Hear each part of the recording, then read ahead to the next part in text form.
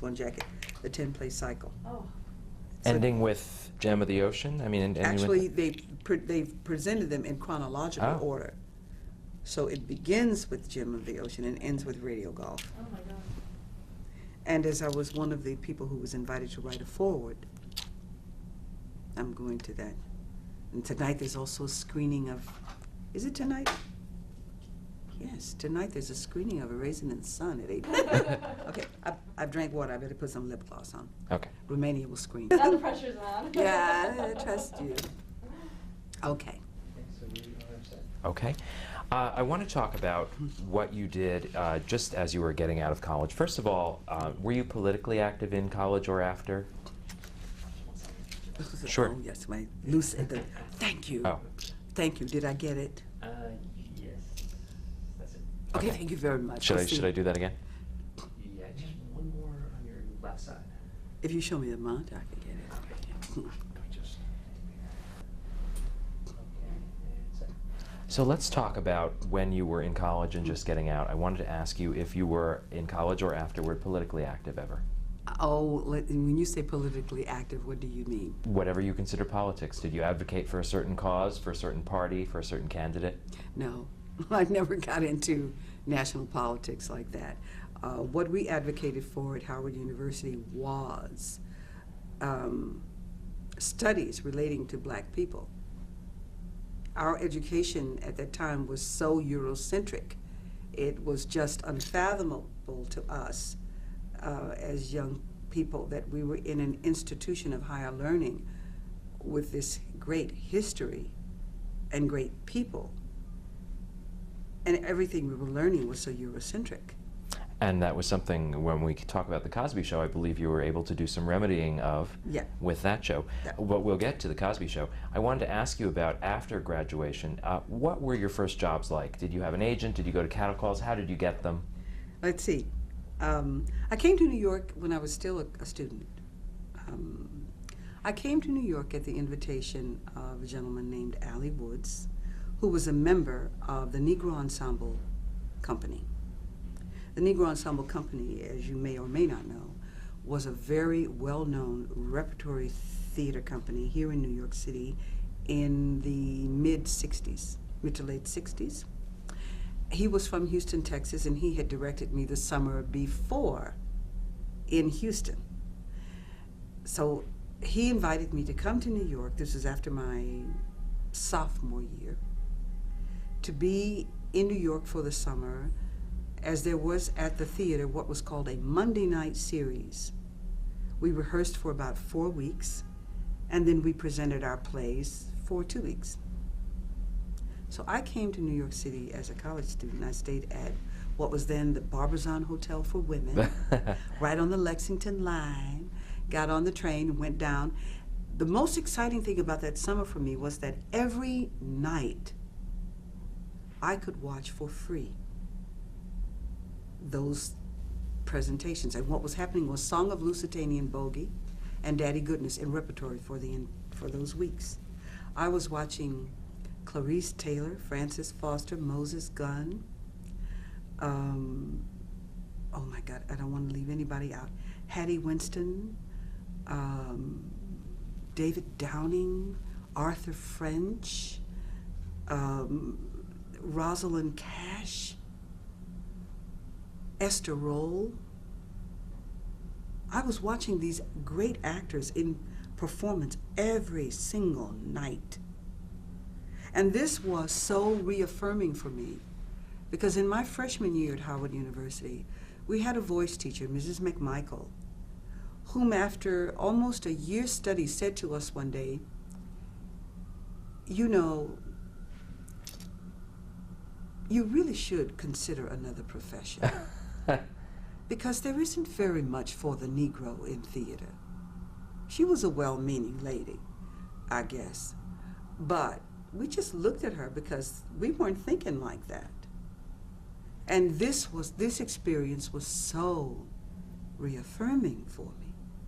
And so you obviously have a great love of theater. Were you doing a lot of theater after college as well? Or when did you start in television? Tell me about some of the theater that was influential, but I want to also talk about television. Yes. Oh, most of my work when I graduated from Howard University, all of my work was in theater. And it was small theaters. It was things like plays for living, which were presented at YWCAs and YMHAs and things of that nature. There was work at the Urban Arts Corps, Vanette Carroll. These were small theaters where you earned, at best, $99.50 a week. But that was all right with me, because my rent was something like, I was living at the Y, and it was like $39 a week. And what year would this be when you were graduating this was college? 1970? Yeah, 1970. Okay. And when was your first acting appearance on television? Was it around that time? And what was it? Oh, no, no, no. Television would come much later. Really? Television wouldn't come till the 80s. Television, I mean, I had those jobs where I was background in the soap opera every now and then. Well, what about guest spots? I was wondering Not until about... the 80s. Not until the 80s. Not Okay. until the 80s. Honestly, I was in The Wiz. I was in The Wiz for 3.5 years. I was in Dreamgirls, and then came soap opera. Oh, tell me about that. So which soap opera was first? One Life to Live. And how did you get involved with One Life to Live? Oh, I'd had the audition the year before, 1 or 2 years before, and it was the same time I was auditioning for Dreamgirls, but the Dreamgirls job was the one that came through. And then I guess it was about a year and a half, 2 years later after I'd left Dreamgirls, I was walking down the street one day and looked up at that ABC studio, and I thought, I should be working there. I wonder what I would do with that piece today. The phone rang that afternoon. You have an audition, One Life to Live. It was the same soap, it was the same script. The same. A year and a half after the same. The same thing was happening on the show, and a year and a half later? It was the same audition. Right, right. It was the same audition. But this time I think I was different, because I had learned something. I had really, after much time, I had learned something. I had begun the practice of Siddha meditation. And I had learned to stop focusing so much on what I thought other people were thinking, and to really try to find some level of truth inside myself in every moment of what I was doing.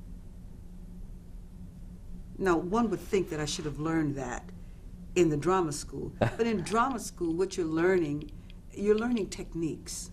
You're learning theater history. You're learning how to read plays. You're learning all these technical things. But to get to the way you're going to work, pardon me, that takes a minute. How are you going to approach your work? What is going to be your method?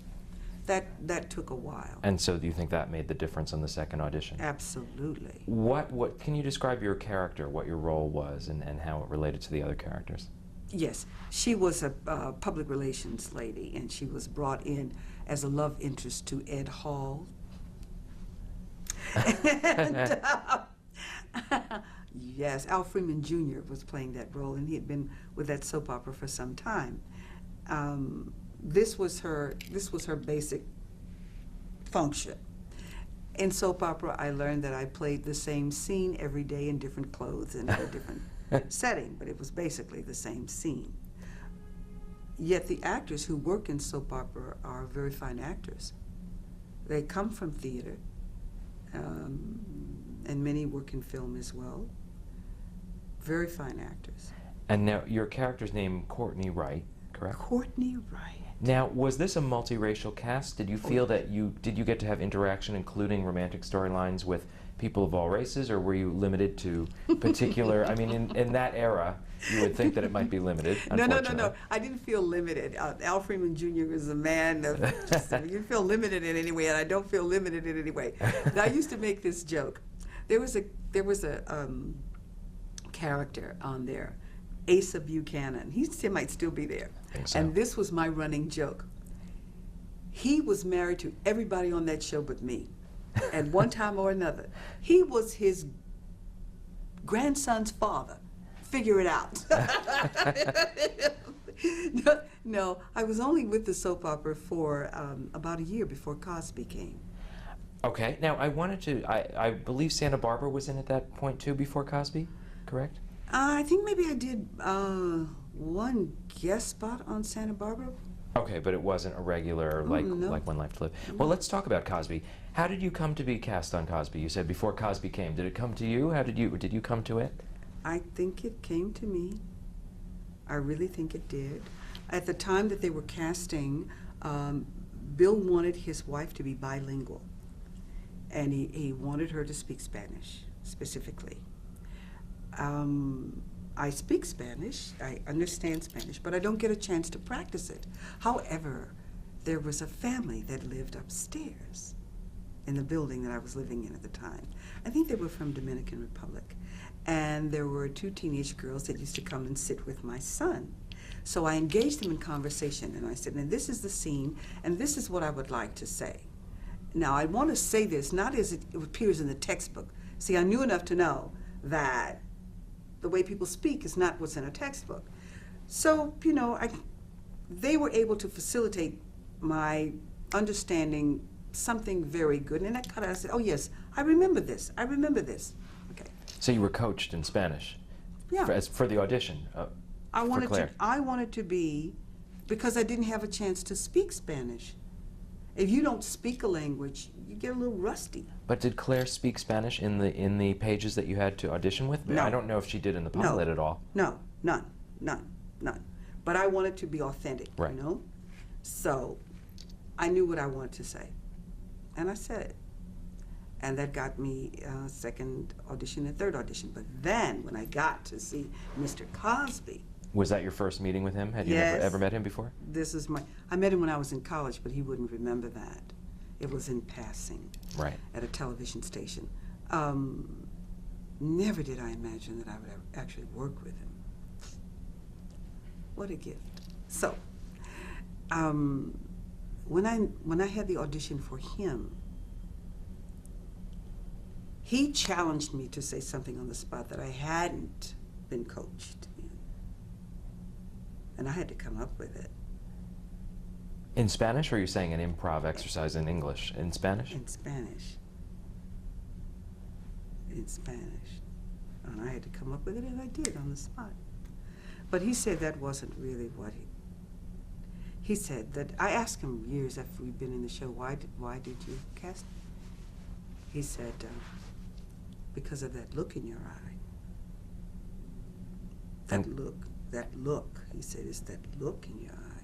When you looked at that boy and told him that you were going to kill him because his room was a mess. He said, it was that look in your eye. Did he compare that look to his real-life wife? Because obviously the structure of the Huxtable family is based on the structure of the Cosby family, including the number of children. Yeah. Was he comparing you to his real-life home life, saying that looks like what my wife would say? I don't know. He might have been. At least that's what he wanted. You know. Now, did you live in New York at the time? You didn't have to relocate to do the show here. I lived in New York. I just had to travel the day after Easter Sunday to go to Los Angeles for the final auditions. Oh, so they were held in Los Angeles. Actually, I traveled on Easter Sunday. It was the Monday after that we had the final auditions. Were there other big names up against you for the part? Big names, as in... Well, actors that we'd know. Who were You'd up. know now. Cheryl Lee Ralph was one, and I had been understudying her in Dreamgirls, but I hadn't been in Dreamgirls for a while. So there was one other lady whom I'd never... So there were three of us in the final audition. And now, how did you find out you had the part? It was very interesting. The one thing I wanted that day was just to be quiet. And that was a prayer that I had made in the morning. Just let me be quiet. Well, I was sitting with everybody else, and the stage manager, whom I'd never met, said, would you follow me, please? And he led me down a corridor. He opened a door. He said, here's a room where you can be quiet. This was at the start of the auditions. And I sat in that room till they called me to audition. And then I went back to that room, and I was sitting in that room when the door opened, and Jay Sandrich, the director, walked in and said, "Phylicia, come meet your new family." Just like that. Just like that. And so tell me about meeting your new family. I mean, tell me about the premise of the show and then working with each of those actors, particularly Bill Cosby. I mean, as you said, you never dreamed maybe that you would work with him, and now. So tell me about that, the Huxtable family. It was beautiful from the beginning. It was just beautiful from the beginning. Bill gave us the greatest instruction. He said, "Do not try to be funny. Just tell the story." And that's what we did. And we all clicked. I remember that Malcolm and Tempest initially got on each other's nerves the way siblings at that age would have done. And he and Lisa enjoyed a more jovial kind of relationship initially. Keisha was so precious, so young. She really missed the company of young people. So we would make believe. She'd get on a tricycle that they bought, and she'd ride up and down the floor of the studio, pretending that she was going to call her friends to dinner, and we'd have a sleepover. And I'd continue to play with her, and I'd say, "Yes, and what should we eat?" We would make a whole list of all the things, and we would play like that. And we bonded in ways that were very, very natural. We taped the pilot. We taped the pilot in Los Angeles. And I remember that at the end of that taping, I was in the room with the children alone, and we were saying goodbye to each other. We wouldn't see each other again. This was in the month of April. We wouldn't see each other again until the end of July or August. If the pilot was picked up, or did you know already that it would be? If the pilot was picked up. If the pilot was picked up. So we joined our hands together, and I led them in this prayer. And it was something we used to say as children. "May the Lord watch between me and thee while we're absent one from another. Amen." It was so beautiful, so simple. I didn't think, I never thought about whether or not it would be picked up. I guess I kind of assumed that it would be. Well, it was the hot pilot that year. Yeah. We had so much fun doing it. We had so much fun. And if you look at those, that initial, what do we call this? It's been so long since I've worked in television. At the beginning of the show. The opening credits? Thank you. The opening credits. If the first season, there were photographs. We had gone into a park that day, and we were actually engaged in playing softball with each other, having fun together. In that first season, in those opening credits. And so that's just really just you guys playing softball with the cameras clicking? That's what we did. Because as the show went on, the show became famous for its opening credits. So many stylized dance sequences. Or Yeah. was that fun for you to do? Or are you into dance? A lot of fun. A lot of fun. So creative, so new, so different every year. Now tell me about Bill Cosby, about what his comedy's like and how that influenced the Cosby Show. Well, he's a man of. There's so much I could say about Bill. First of all, he's very generous. He's an extremely generous man. And his intellect is very keen. He's visionary. His mind doesn't function like everybody else's. He is looking at everything all around all the time.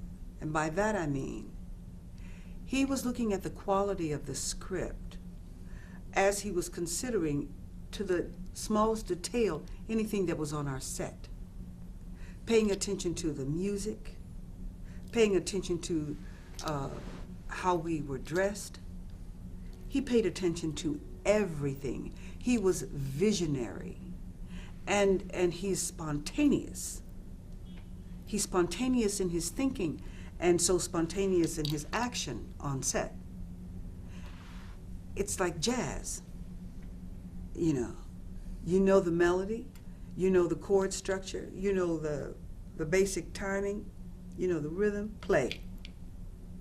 Well, this proved a little more than a little disconcerting to our director, Jay Sandrich, who had been the director on the Mary Tyler Moore Show, who was very well acclaimed, you know, because he was accustomed to things being done just so. And so there had to be a marriage of these two things. This is something that I didn't really understand until this summer when I spent some time with Jay in Aspen at the Aspen Institute. I really didn't understand what that had been like for him. That it had taken some adjustment. I didn't Did that understand adjustment, for both of them. so you didn't realize it was going on at the time. I was going to say, did that take a season or longer to achieve? Well, we had to get to it right away. And we started getting to it right away. Jay figured out what to do.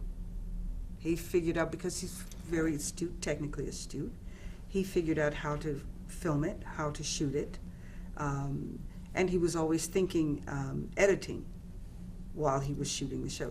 So it needed the two to be so successful, because unsupported, neither would have worked the way it did.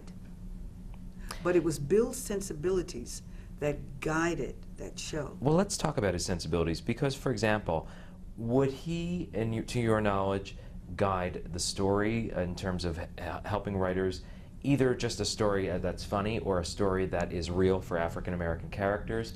Would he, when you said he would look at, you know, the way you were dressed, was there an image he was trying to portray of this is what a family in Brooklyn who's black would be like?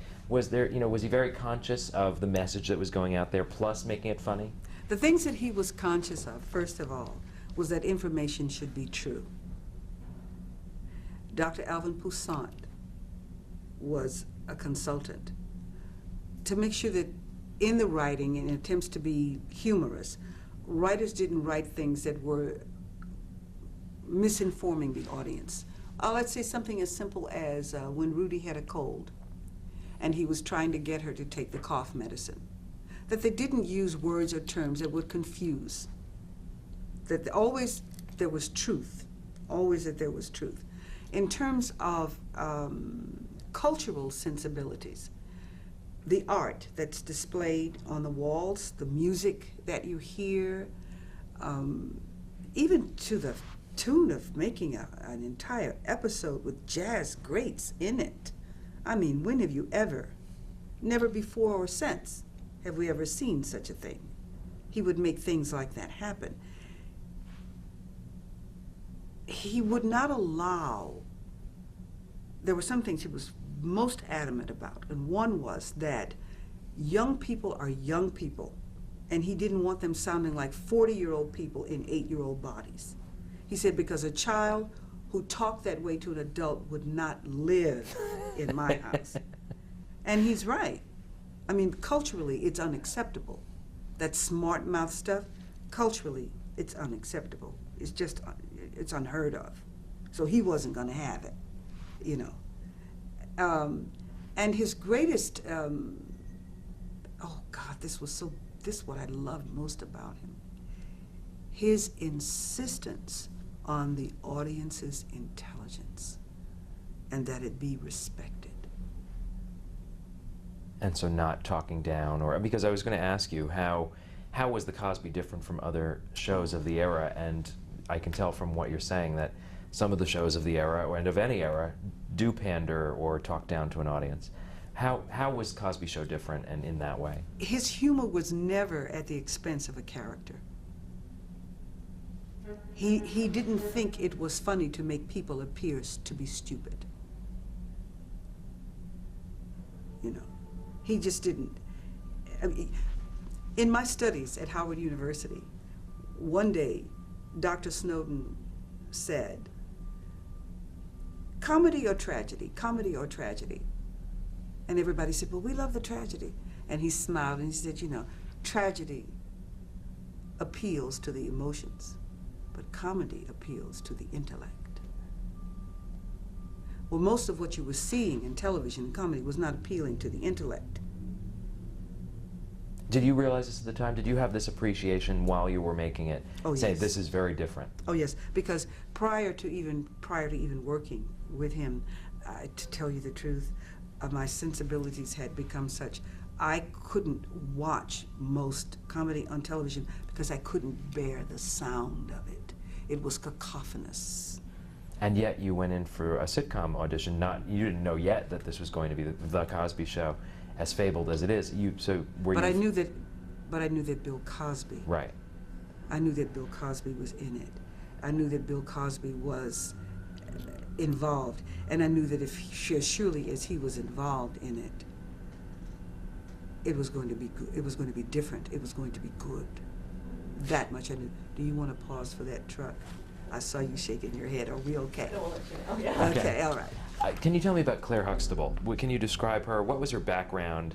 In your mind, was she based on anyone you knew? How much is she like you? My understanding of her, there were two women that I knew who served as models. One is Yetta Gallagher.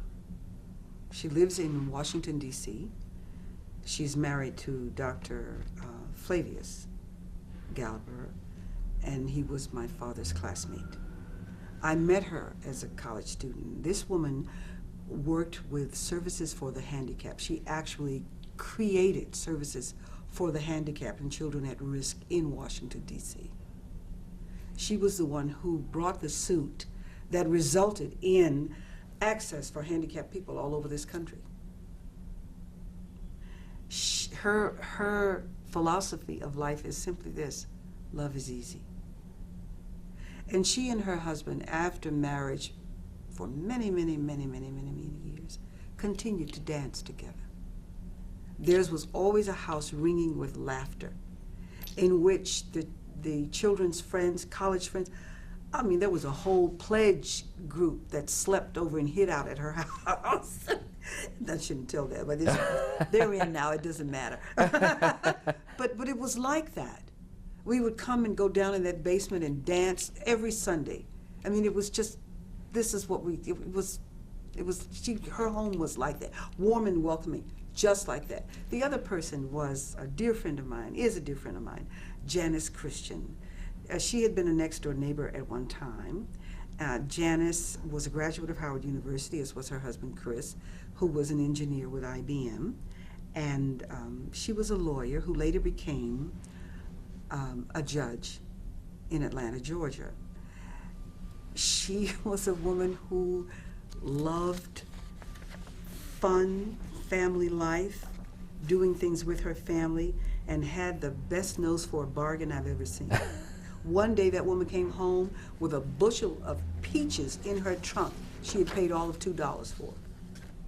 And they were all good.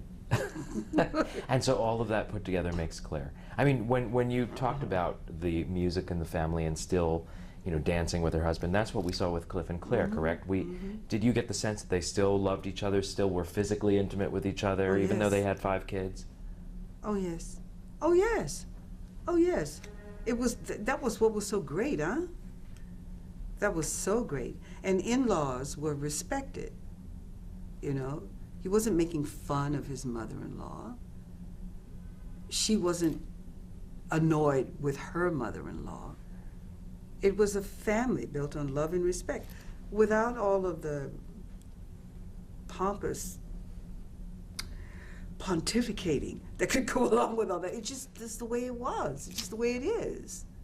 Great. Well, we're going to take a break and then come back and talk a little bit more about The Cosby Show. Okay.